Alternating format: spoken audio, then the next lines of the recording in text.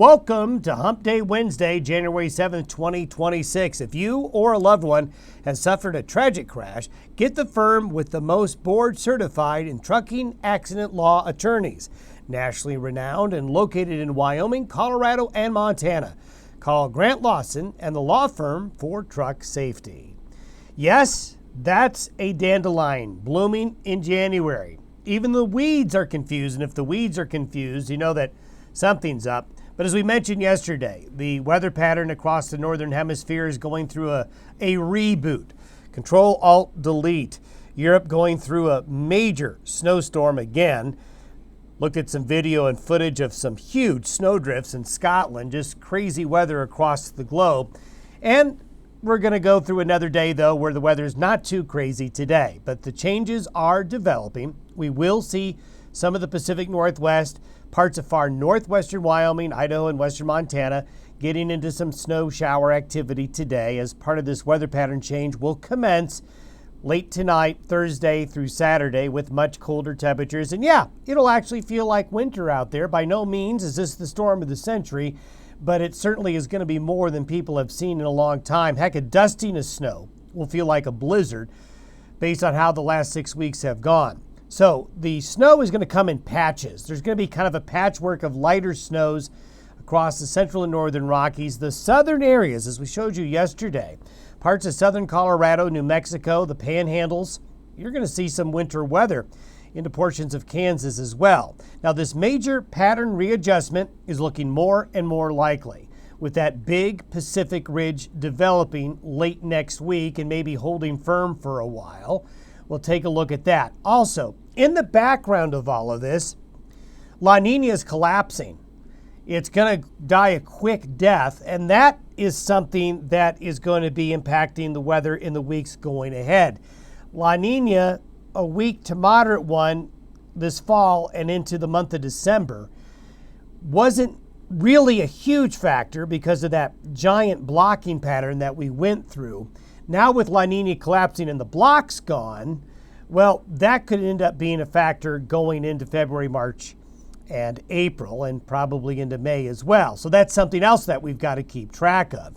So I think a lot of you kind of feel like this is where we're at. Speaking of computers, winter seemed to has not gotten past 10% in many areas, and winter is loading. Maybe we're going to be able to get that to load a little bit further on here.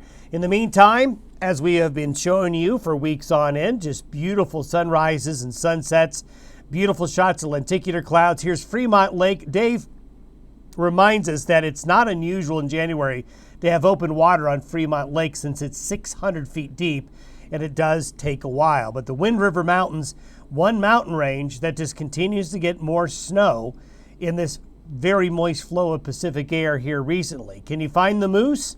Great shot this past Tuesday as heavy snow showers went through the Laramie Range, and did find a moose there if you look real carefully. And yep, some wave clouds here in the northern Bighorns, and a shot of after the snow in the central mountains of Colorado with these waves that came in earlier this week. And as we go ahead and go forward, we're going to have less in the way of these sunrises and sunset photos, and might even have a little bit less in the way of lenticular clouds as well, as the weather pattern is going to be changing as we go forward.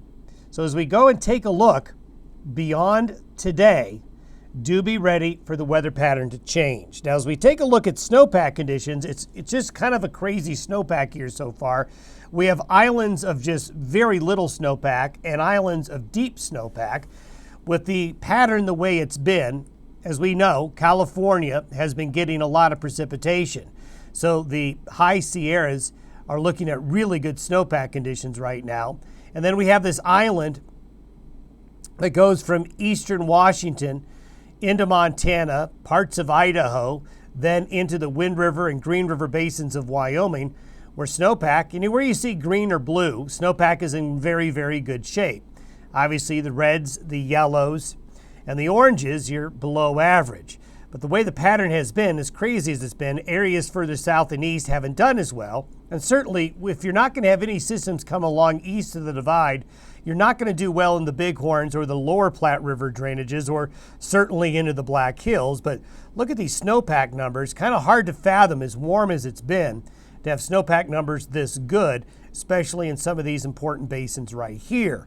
Now, hopefully this weather pattern change is going to be helping these snowpack areas, and I think you're going to see, as we'll talk to you here in a minute, the Black Hills actually have a chance of getting some snow.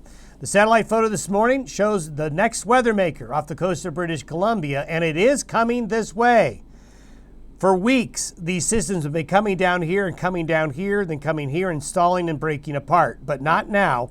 With the block lawn, it's going to have this opportunity to come in. Notice this tongue of moisture. We actually have a little upper level low off the coast of Baja here that's going to come in and feed moisture into these areas here as that system heads south. So you can see that low down in the southwestern United States. The British Columbia low right here is coming on in. So the weather pattern is going to go through a change. So by around noontime tomorrow, we're going to see that low come through, kick out that low off the Baja, and we're going to see some colder air come in. This is modified Pacific air, so it's not Arctic air. So it's not terribly cold, but it certainly is going to be much colder. And this is the precipitation we're going to see with this pattern through Sunday. Notice it's kind of a patchwork up here, not terribly organized, but we do see in northeastern Wyoming, the Black Hills, maybe even around Casper into the eastern plains of Wyoming, a dusting of snow. Some of you might get an inch or two, but I think a dusting will probably suffice. But you get up into the mountains and then look down here. We showed you this yesterday. Down into Arizona, New Mexico, the panhandles, across portions of Kansas, into the western Corn Belt here.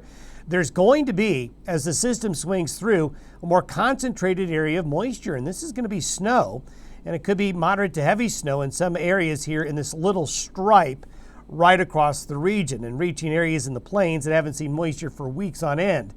And there you can see that this is the snowfall forecast through Sunday morning. So there's going to be a little bit of snow, finally, and the mountains will do well. This will make the skiers happy, and you can see as we get into the Great Lakes and Corn Belt, as that colder air spreads east, more lake effect snows, more snow for eastern Canada and New England, but colder air will be penetrating and bringing a cool down to many areas. By Tuesday of next week, this is where we go through this readjustment. The pattern looks very similar to what I showed you yesterday. The low goes off to the east, high pressure builds along the west coast, California goes warm, dry, and sunny. This high gets established here, but what you're going to want to watch is this area of low pressure that's going to be kind of semi-permanent up here for a little bit. And these waves are not going to crash the ridge. They're going to go up, over, and down. And what that do is will cause what we call a retrograde. This high moves west. The polar vortex moves west as these lows go up and over the ridge. And you'll see that once we go into the middle to the end of next week.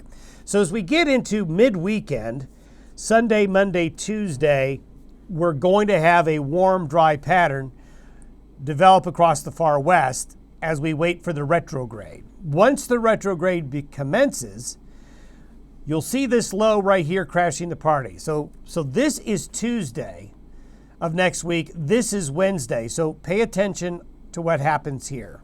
So Tuesday goes into Wednesday. See how this low comes in and the high, it's still there, but this little ripple causes the high by Friday to go all the way up into here. And basically this buckles the flow. We get the big ridge, then the flow of air. If you follow the lines, the black lines here, the trajectory of the air is from Canada into the lower 48 with the deep cold polar vortex hanging into the far northern Great Lakes and the far northern Midwest areas. As we showed you yesterday, where that ridge axis forms and wants to stay will dictate how far west the cold goes. If the ridge decides to be more here, well, all the cold air goes to the Great Lakes and New England again, just like it has all winter. What we'll likely see is this next ripple. You see this next Gulf of Alaska low here near the Aleutians? This will probably go up over the ridge and then come on down behind this one. And if that happens, and this doesn't crash the ridge and push it eastward, well, this will just cause these ripples to come up and over the ridge and down. And you get into a pattern where ripples go up, over, and down, and it can go on for several days like that, which just reinforces the colder, more wintry weather pattern here in the West. and that's going to lead to a more winter pattern for the second half of January. But we have to just watch very carefully where the ridge axis is. If that ridge axis stays where it's being forecasted, well, that is certainly a colder signal for the western United States, not for the West Coast. The far West Coast area will go warm and dry, but the Intermountain West and the Plain States will start get winter weather again. Quickly, I want to talk to you about the collapse of La Nina. This is the depth of the cold water in the longitude areas of the Pacific where we track La Nina and El Nino. What you want to look at here is look at this as a depth. So this is the surface of the water. As you go deeper, this shows you how deep the cold is in a La Nina here. So this goes back to last year when we had a pretty robust La Nina start the winter season. This is when La Nina faded late spring, lasted through summer, then it came back on to the fall.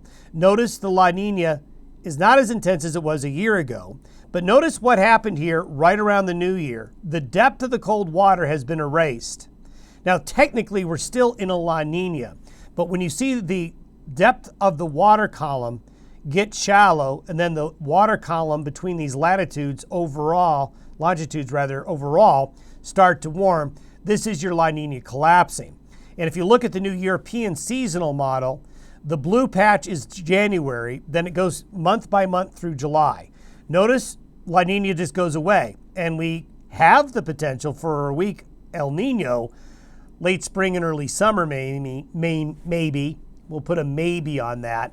But what we have here is a collapsing La Nina, which is kind of what we were thinking was going to happen. So this is a new wild card. This is something new to input into the climate system in terms of how the rest of winter and spring will go. The last time we had a La Nina collapse and go to an El Nino in the January through spring season was the winter of 2022 and the winter of 2023. Not saying we're going to get a repeat of that, but that's the last time that's happened. So that's a wild card. That's a new variable that will have to fit into the long-term picture weather-wise. And just to support the collapse of La Nina, these are the sea surface temperature anomalies, and you can see in the Western Pacific here a rising going past the -5 here.